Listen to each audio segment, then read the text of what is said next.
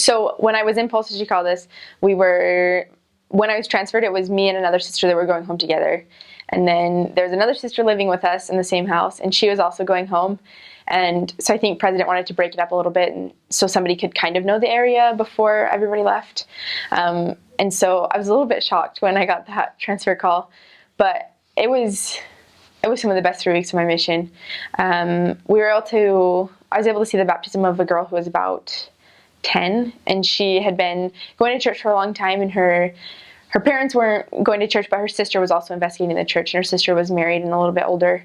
And it was just cool to see. We would talk to her mom, and her mom didn't really want her to be baptized. She wanted to make sure that this is what she actually wanted because she was pretty young. And her mom would tell us that every night she would read her scriptures and pray. And it was just incredible to see this 10-year-old who was in a house that, that was not the common thing. And yet she was still willing to do that. And she would come to church by herself. And it was really cool to see that. And the missionaries had been teaching her for quite some time. So I was fortunate to be there when she was baptized. But that was one pretty incredible thing that happened those couple of weeks that I was there. Piracicaba. So that was the headquarters of our mission, which was also cool because I was in a zone with the assistants and the elders who worked in the office. And so it was a lot of fun. It's definitely a lot bigger than my other area. Well, the other cities that I served in. There's 2 zones in that city, so we were only in half the city, and then our area was not that big. But the members were pretty great. They definitely tried to help us, and there were some members where you could just ask for anything and they would be willing to help, which was kind of inspiring as I was coming home from my mission. And I was like, I want to be that kind of member that's willing to help, and it doesn't matter what the missionaries need. Be willing to do it. So that was kind of a good example for me towards the end of my mission. I definitely heard stories, but since I was there for so short, we didn't have any problems.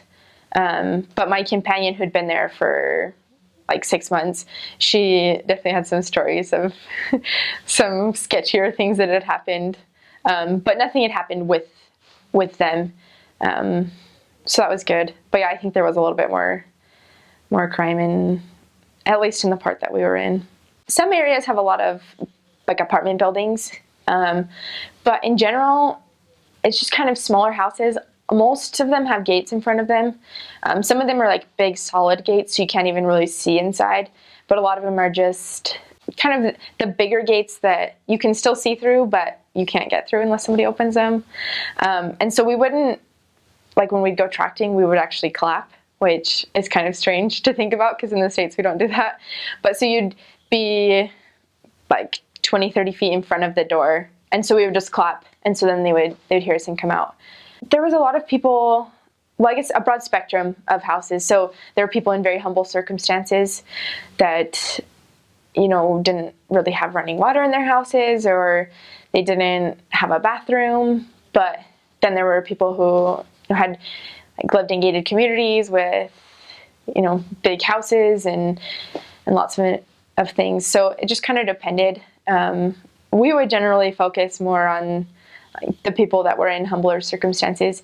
It's a little bit hard to get into a gated community unless somebody lets you in. So we would just generally focus on those neighborhoods. There are also a lot of people have it's interphones where you push the button and then somebody answers. Interphone, I guess maybe that's not a word in English.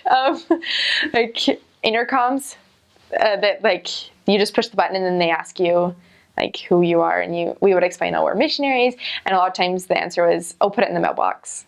We're okay, we'll put it in the mailbox. So we'd leave them a pass along card or a pamphlet or something. But yeah, the houses that we lived in were generally like that as well. We just kind of simpler houses, had 1 or 2 bedrooms, a bathroom, kitchen, not very big, but we didn't need much because we were mostly out on the street all day, so it was good.